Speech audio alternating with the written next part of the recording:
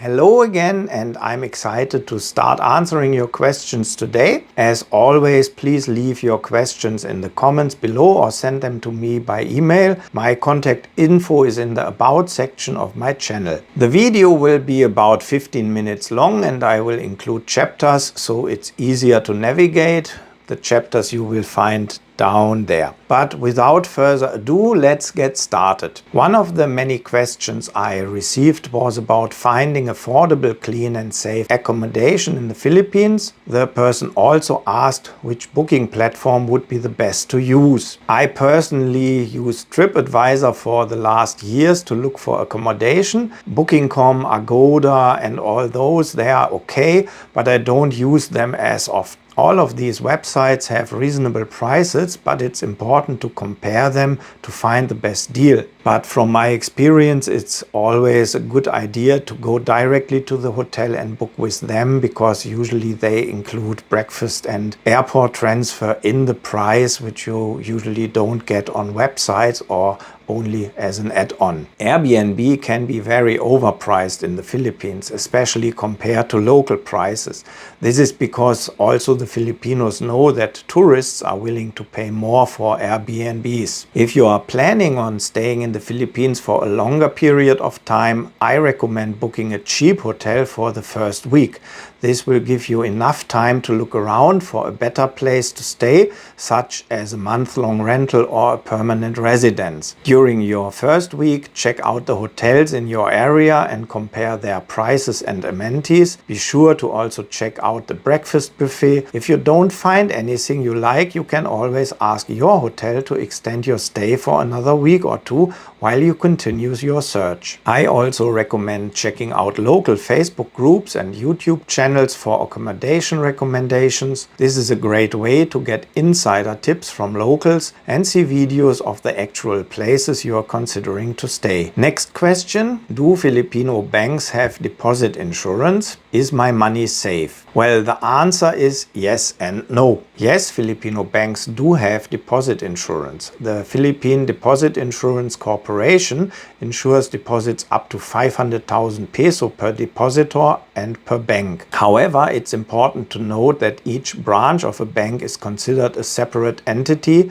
for deposit insurance purposes. So if you have 3 accounts in the same branch of a bank, your total insured amount is still 500,000 only. This means that it's a good idea to spread your money out across different banks and branches. So here are some tips for keeping your money safe in Philippine banks. Open accounts with different banks. That way you are always insured 500,000 with each bank. Keep your balance below 500,000 peso per account. Monitor the account regularly and report any suspicious activity to the bank immediately. By following these tips, you can help to protect your money and make sure it's safe in the Philippine banks. The next question is a little more interesting for you guys. Are there massages in the Philippines like in Thailand with a happy ending? The answer is yes, but a real gentleman enjoys and keeps silent. The Philippines is a very conservative country, so you won't find these kind of massage offered in regular massage parlors. However, there are private massage services that offer happy endings. You can also find it in some of the known girly bars. So if you're really looking for a massage with a happy ending, you will need to do a little bit of research yourself. But if you're discreet, you shouldn't have any trouble finding what you're looking for. Just remember, a gentleman enjoys and keeps silent. So the next question is about finding a place to party but also relax.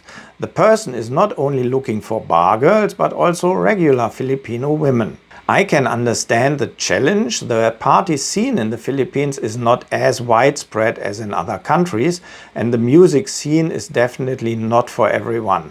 There is a lot of pop and disco, and dancing is not really common. There might be a dance floor, but most people just stand around the tables and chat. And I'm also too old now to go out all night like I used to, so I can relate to that. If you're looking for a place to have a chat without shouting your head off, I would recommend rooftop bars. They are usually more quiet and relaxed, and you can still enjoy the nightlife. As for finding girls, I would say that you don't necessarily need to look for them in the nightlife. You can try going to malls and just look around.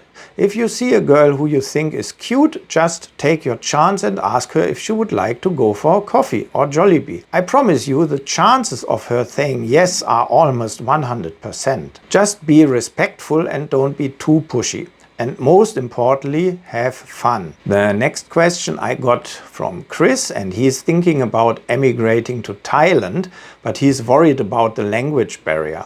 He has heard that English is more widely spoken in the Philippines, so he's considering moving there instead. I can relate to Chris' concerns because I moved to the Philippines 10 years ago and English is actually pretty widely spoken here, especially in the major cities. So if you're looking for a place where you can get by without learning a new language, the Philippines is a great option. Chris also asked me for recommendations for places to live in the Philippines other than Cebu. It really depends on what you're looking for. If you want a big city with a lot to do, then Cebu, Davao, Manila are all good options.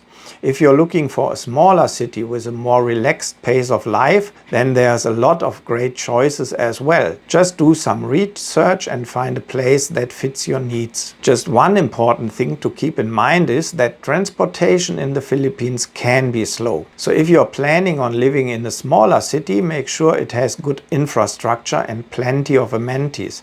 You don't want to be stuck in a place with nothing to do and nowhere to go. Finally, Chris asked me for some general advice for people who are thinking about emigrating to the Philippines. My best advice is to come and visit for a few weeks or even months before you make a decision. This will give you a chance to see different cities, meet different people and get a feel for the culture. It's a big decision, so it's important to take your time and make sure it's the right one for you. And if you want to support me, show your appreciation, you can send something via PayPal to my PayPal account, which is linked in the About section, or you consider doing a channel membership, which I activated now. I hope my video helps, and if you have any other questions, please feel free to leave them in the comments below. Thanks for watching and bye bye for now.